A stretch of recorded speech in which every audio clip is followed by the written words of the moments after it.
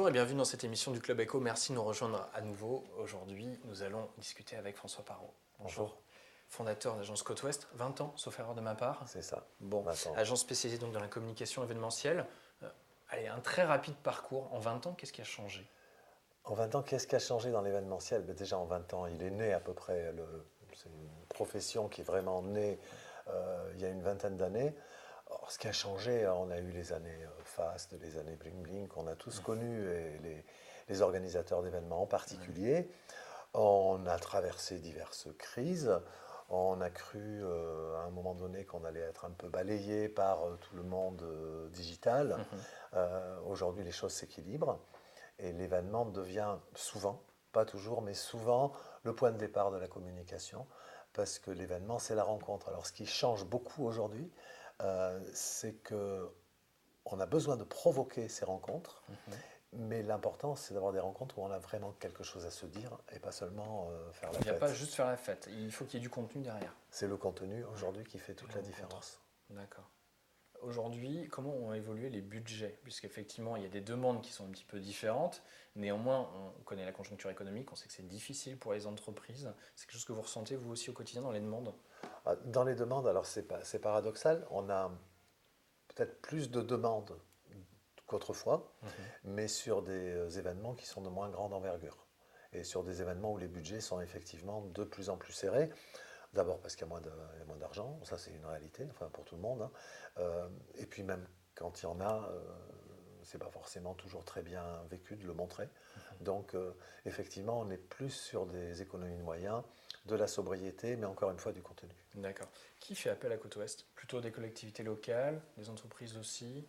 Alors on va dire que c'est, je n'ai pas de chiffre exact, mais on va dire 2 tiers collectivités. Et un tiers privé, chiffre que j'aimerais beaucoup arriver à inverser un jour. Mais aujourd'hui, c'est une réalité. Je crois que c'est une réalité aussi en province.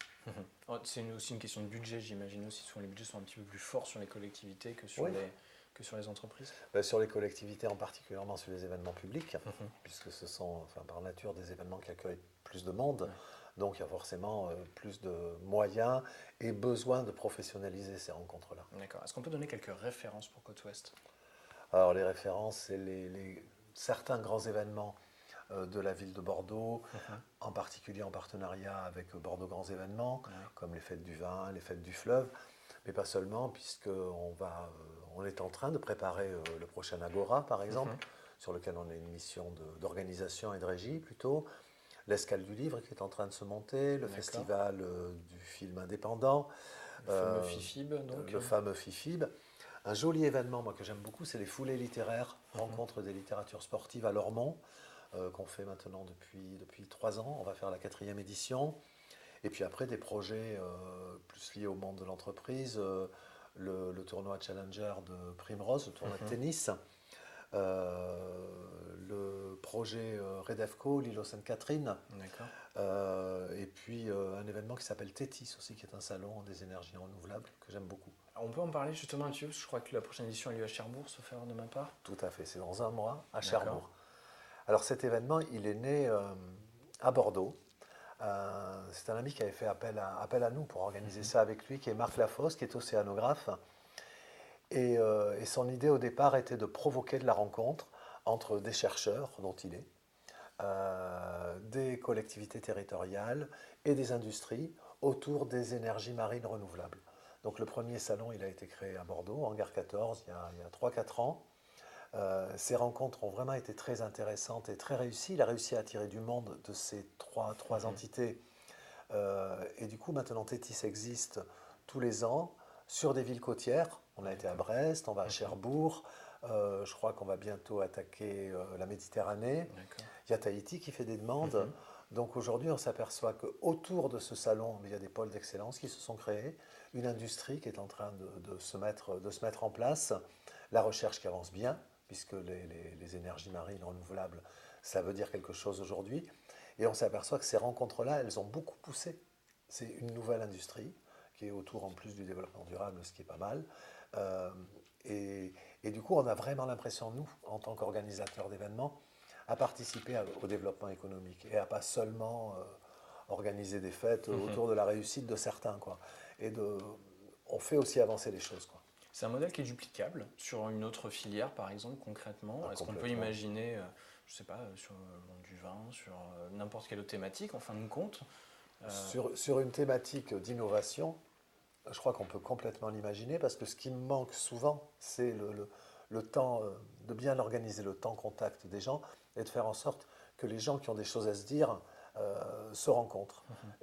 Comme les gens aujourd'hui ne se rencontrent plus, et de moins en moins, on est de plus en plus isolés les uns et les autres, et puis virtualisés, on va dire, ces rencontres-là, sur des thèmes précis, elles peuvent tout à fait être moteurs de développement économique. Et moi, j'y crois beaucoup parce que je pense que c'est l'avenir de notre boulot. Surtout sur des filières qui sont en manque de structuration.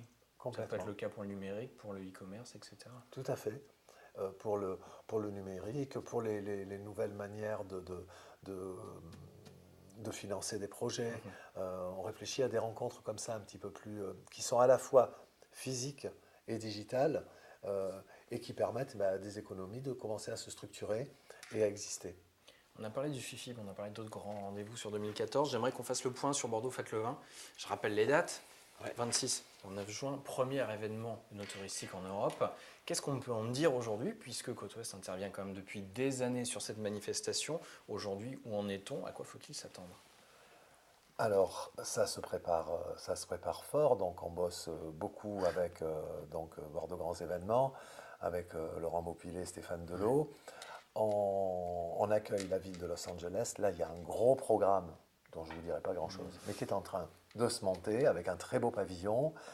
On est quasi prêt. C'est un événement qui va à peu près mettre en avant 170 structures sur l'ensemble des quais, un son et lumière tous les soirs, un festival du film pyrotechnique, le Bordeaux Music Festival qui va changer un peu. On va en parler très vite. Mais... Ça va changer un peu, ça se structure, il y a une programmation beaucoup plus qualitative. Donc vous allez voir ça dans quelques temps. Là. Les infos vont pas tarder à sortir puisqu'on va ouvrir les billetteries.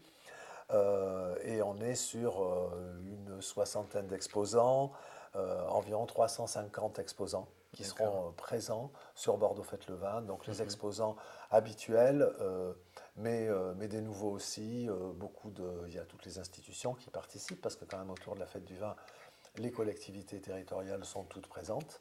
Que ce soit la mairie, la région, le département, tout le monde est là. Le monde du vin, on a bien évidemment le CIVB qui met en place tous les pavillons appellations, la route des vins, un très gros stand pour le CIVB, la ville de Los Angeles qui sort un truc qui va être formidable, donc qui est l'invité d'honneur. Tous ces concerts, une cuvée littéraire, ça on en avait, c'est quelque chose qu'on avait initié il y a un an en partenariat avec la librairie Mola. L'idée c'est quand même de montrer que autour du vin, on ne fait pas que boire, quoi. C'est la route des vins, mais c'est tout un art de vivre. Il y a donc de la littérature, de la musique, des rencontres, beaucoup de pédagogie avec l'école du vin qui aborde la pédagogie de la dégustation de manière très originale et festive. Cette année, on prépare des jolies choses avec eux aussi. Voilà, je crois que ça va être une belle fête. Chaque année, on essaye de réinventer des choses en s'appuyant sur ce qu'on a déjà créé. On attend beaucoup de monde, on espère, comme tous les ans, dans les meilleures conditions, puisqu'on sait aussi qu'on est sur le bord de l'eau et qu'il faut faire en sorte que les gens fassent ça paisiblement. Ils sont très nombreux. Donc voilà, ça implique un gros travail en matière de prévention, de sécurité, d'aide aussi à la consommation raisonnable, puisque là-dessus, il y a tout un tas de messages, les dégustations qui sont quand même très calibrées pour faire en sorte que ce soit une fête sympa, qui reste dans des proportions raisonnables, quoi. Ok, on redonne les dates donc, 26 au 29 juin à Bordeaux, bien évidemment, Bordeaux Fête le Vin. Merci beaucoup François Parot d'avoir participé à cette émission. Merci à vous d'avoir suivi le Club Éco. Je vous donne rendez-vous très vite pour une nouvelle émission. Bonne journée, au revoir.